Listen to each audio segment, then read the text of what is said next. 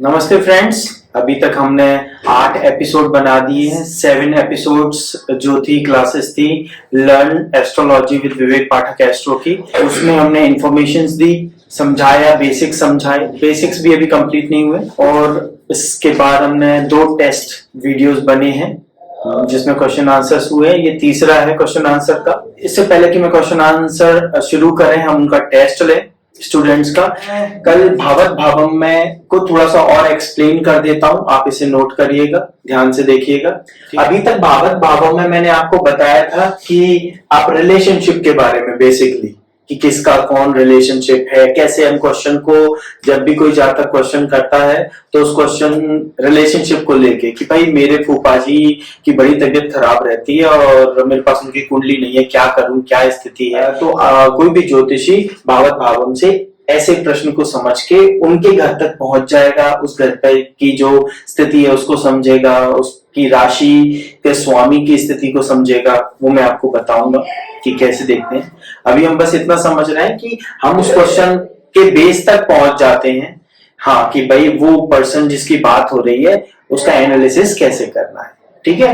तो वो भावत भावम से हो जाता है। इसके अलावा भी जैसे और भी फैक्टर्स होते हैं भावत भावम में, जैसे कि ये घर किसका है बताइए, का सोल रिप्रेजेंटेशन क्या है? I want to be known, मतलब कर्म का घर है। आप उसे, वो सोल रिप्रेजेंटेशन आप समझते रहिए, आप उसे बेसिकली कर्म का घर बोलिए। जैसे ये बेसिकली धर्म का घर है, ये बेसिकली कर्म का घर है। टू बी नोन ये तो सिर्फ इंग्लिश में हो गया आपको समझाने के लिए, लेकिन इसको ऐसे रखिए, ये लग्न है, ये धन स्थान है। लग्न है तो इसे धन स्थान बोलो, इसे पराक्रम बोलो, इसे सुख स्थान बोलो, ओके, ठीक है। इसे ये 5वें घर को संतान का घर बोलो, 6वें घर को आर आर आर रोग ऋण और रिपु, ठीक है। इसको स्पाउस का बोलो, इसको एज का बोलो, ये फादर का है। ये कर्म का, आप किस टाइप का काम करेंगे या बिजनेस, बेसिकली ये फादर का हो गया। ये अर्निंग का हो गया कि आपकी अर्निंग की सिचुएशन क्या होगी, और ये आपका मोक्ष का हो गया, ठीक है। ये बेसिकली जो एक, जब भी किसी से बोलते हैं ये घर कौन सा है, तो सबसे पहले दिमाग में आती है अरे ये तो कर्म का घर है, इस तरह से। तो ये हो गया। अब मान लीजिए आपके सामने ऐसा कोई क्वेश्चन आता है कि भाई व्यापार का देखना है, तो हमने व्यापार का देखा, यहाँ इस घर को देखा, लेकिन जो हम प्रेडिक्शन कर रहे हैं वो करेक्ट नहीं बैठ रही, मतलब जैसी आनी चाहिए प्रेडिक्शन वैसी आ नहीं रही है। और कुंडली भी सही है, डेट टाइम प्लेस भी सही है, उसकी जो इन्फॉर्मेशन लेते हैं, तो मतलब कुंडली तो सही है, हम नहीं पढ़ पा रहे। ऐसी स्थिति में हमें और माइन्यूटली देखना होता है। तो जो फर्स्ट स्टेप होता है वो स्टेप ये होता है कि हमको ये देखना चाहिए, सेल्फ से 10वां स्थान कर्म का होता है, कौन सा बिजनेस करेगा, किस टाइप का बिजनेस करेगा, क्या करेगा, वो देखने के लिए, या कौन सी जॉब करेगा। तो जब हमें डायरेक्टली 10th से समझ नहीं आ रही तो हम 10th से 10th देखेंगे। अच्छा, 10th से 10th, 10th से 10th, सेल्फ से 10th कर्म का हो गया, कर्म से 10th कर्म से कर्म का, समझे। तो कर्म से कर्म का 10th कौन सा होगा? 1 2 3 4 5 6 7 8 9 10। आगे चल के जब आप देखोगे तो इसे बिजनेस का हाउस भी बोलते हैं, ठीक है।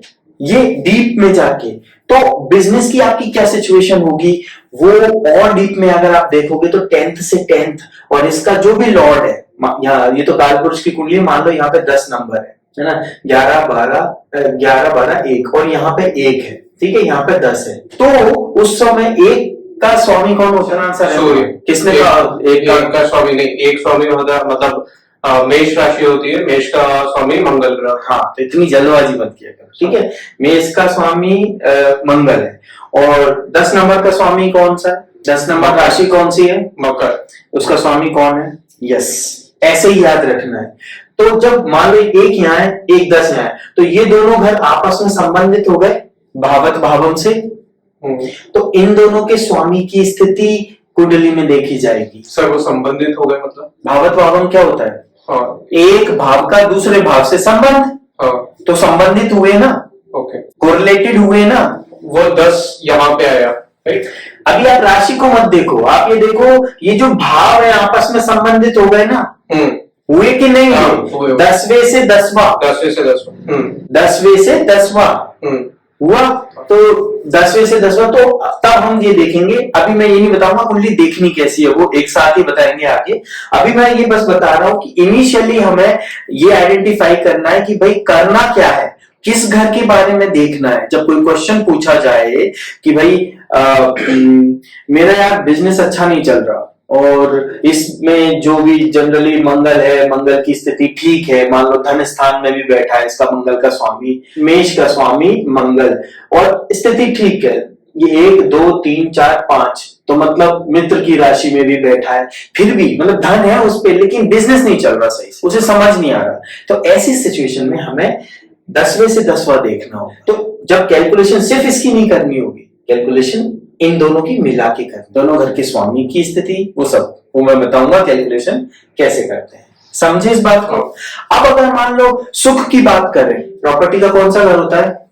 फोर्थ होता है। अब प्रॉपर्टी में कुछ समस्याएं आ रही है, यार आप बोल रहे हो मेरे पास बहुत प्रॉपर्टी होनी चाहिए, मेरे पास प्रॉपर्टी नहीं है सर, और पता चला यहाँ पे चंद्रमा बैठा है, यही कंसीडर करते हैं, 10 है तो ये 9 8 7 नहीं, ऐसे कंसीडर नहीं करते हैं। मान लो चंद्रमा स्वयं की राशि में ही बैठा है, या इसके मित्र की राशि गुरु की राशि में बैठा है। अभी मैं बस ये बता रहा हूं कि फेवरेबल कंडीशन में बैठा है, लेकिन फिर भी पता चला नहीं हो रहा है, तो हमें चौथे से चौथा देखना पड़ेगा सुख का। 1 2 3 4, फिर चौथे से चौथा देखना पड़ेगा। अगर मान लो किसी का बोला कि यार मेरे पास पैसे टिकते ही नहीं है, मैं कमा तो रहा हूँ, अर्निंग का स्थान तो सही है, 12 लाख का पैकेज है, अभी 2 ही साल काम करते हुए सब कुछ बढ़िया चल रहा है, लेकिन सर मेरे पास अकाउंट में आप देखोगे 3000 रुपए पड़े हैं, पैसे नहीं रुकता मेरे पास। ऐसे बहुत सारे क्वेश्चन आते हैं। तो उस स्थिति में हम क्या करते हैं कि देखेंगे यार अर्निंग तो अच्छी है, तो हम सेकंड हाउस को देखेंगे, क्योंकि ये सेविंग्स का होता है। सेविंग्स का होता है, सेविंग्स का होता है, तो सेविंग्स के स्थान को देखेंगे। क्वेश्चन ऐसा आया कि भाई अर्निंग की सिचुएशन है, सेव नहीं कर पा रहे, तो सेविंग के स्थान को देखेंगे। और मान लो वहां पर कोई अच्छी स्थिति, बुरी स्थिति है तो समझ में आ ही जाएगा, लेकिन मान लो अच्छी स्थिति है फिर भी सेव नहीं कर पा रहा, तो हम दूसरे से दूसरा देखेंगे। तो वो लेयर से वहां पे जाए, वहां से फिर आगे जाए, फिर वापस से अपन आप क्वेश्चन को देखो, क्वेश्चन कैसा है। वो सेविंग्स की बात कर रहा है तो सेविंग्स पे जाओ, सेविंग्स में अच्छी सिचुएशन बनी हुई है, फिर अच्छी सिचुएशन बनी है तो पैसा रुकना चाहिए, क्यों नहीं रुक रहा है? तो हम उससे भावत भावम जो वन ऑफ द टूल है, तो भावत भाव में दूसरे से दूसरा देखें। और कुंडली में एक और बात हमेशा याद रखना कि किसी भी कुंडली का एनालिसिस करने से पहले लग्न की स्थिति देखी जाती है। क्वेश्चन कुछ भी पूछा जाए, ठीक है, क्वेश्चन कुछ भी पूछा जाए, क्योंकि अगर लग्न का स्वामी अच्छी कंडीशन में नहीं है तो उसे अभी दोष और योग समझाऊंगा, तो वो सबसे बुरी कंडीशन हो जाती है। कितने भी अच्छे योग बने हों, कितनी भी अच्छी स्थितियां में ग्रह नक्षत्र हो, मतलब ग्रह अच्छे नक्षत्र में, अच्छे स्थान पे, उच्च स्थिति में भी बैठे हो, लेकिन लग्न की स्थिति सही नहीं है तो आपको वैसे रिजल्ट्स नहीं मिलेंगे जैसे मिलने चाहिए, तो उसे लग्नाधिपति दोष कहते हैं। वो मैं समझाऊंगा, अभी वो नोट मत करो। तो मैं ये कहना चाह रहा हूं, कोई भी क्वेश्चन पूछा जाए तो आपको सबसे पहले ये आइडेंटिफाई करना है कि ये क्वेश्चन किस बारे में।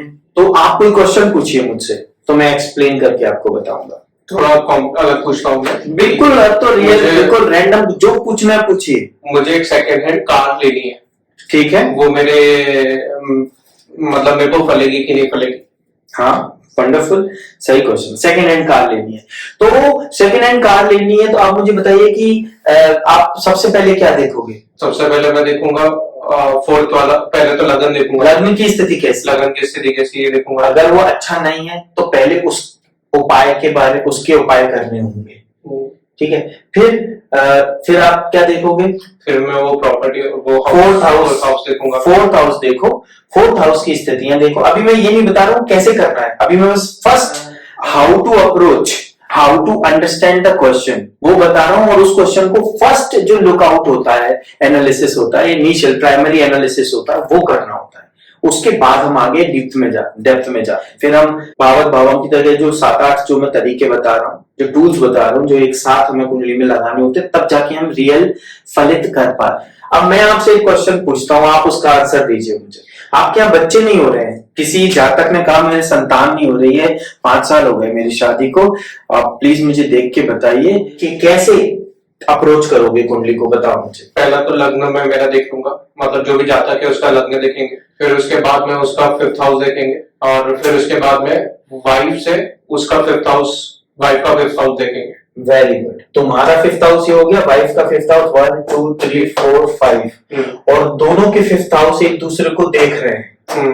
वंडरफुल, इसी को बोलते हैं भावत भावम। अब आपको समझ में आ रहा है। तो और देखेंगे कैसे वो हम बाद में बताएंगे, जब हम कुंडली हाउ टू रीड कुंडली वाले लेवल पे आएंगे। तो बिल्कुल सही समझा कि खुद का देखो फिर वाइफ का देखो, और इन दोनों के ग्रह के जो राशियां इसमें हैं उनकी कुंडली में स्थिति क्या है, वो किस नक्षत्र के किस पद में है, वो उनपे किसकी दृष्टि पड़ रही है, वो किसके साथ बैठे हैं।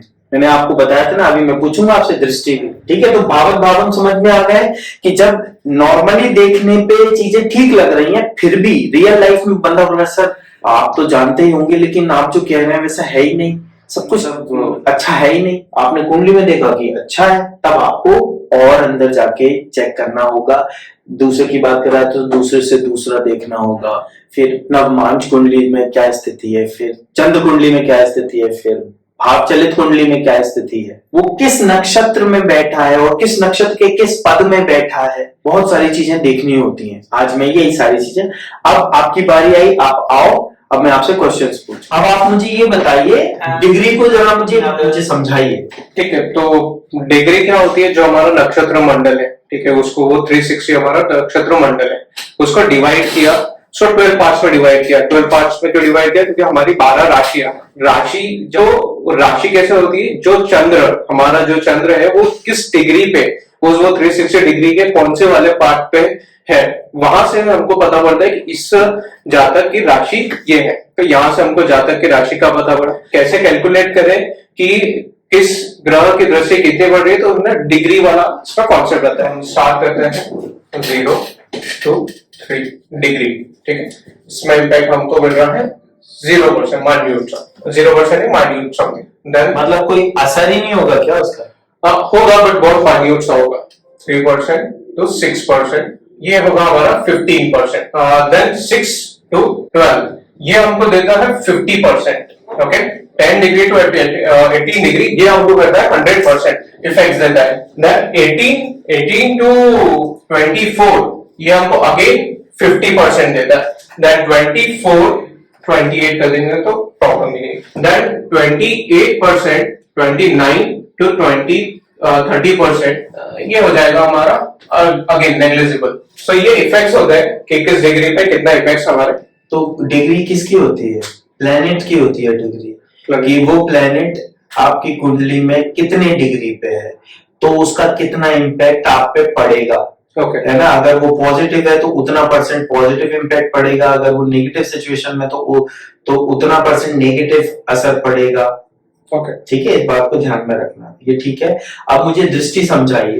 तो दृष्टि के लिए हम सबसे पहले सूर्य, चंद्र, शुक्र, बुध, इन सब की एक ही दृष्टि होती है 7, ठीक है। मंगल की दृष्टि होती है, मंगल में अंक की मात्रा नहीं लगाई है। मंगल की जो दृष्टि होती है वो हमारी है 4 7 8, ठीक है। देन उसके बाद में हमारे गुरु की दृष्टि होती है 5 7 9, और शनि की है हमारी 3 7 10। राहु केतु की क्या है? राहु की 2 3 8 एंड 9। और राहु दृष्टि पूछ रहा हूँ।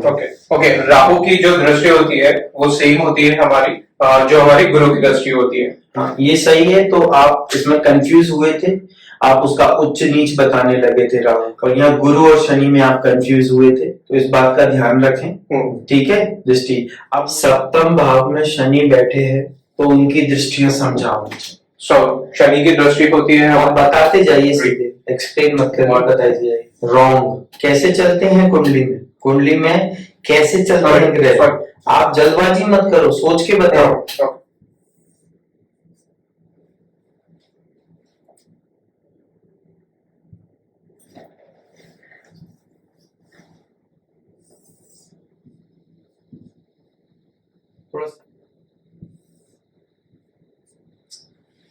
अब लग्न में गुरु बैठे हैं, वहां से गुरु की बताइए कोई और।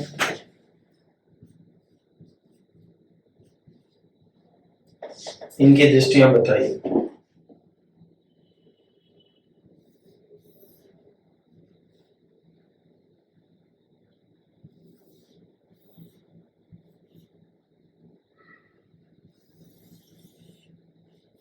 11वें भाव में मंगल बैठे हैं, उनकी दृष्टियां बताइए।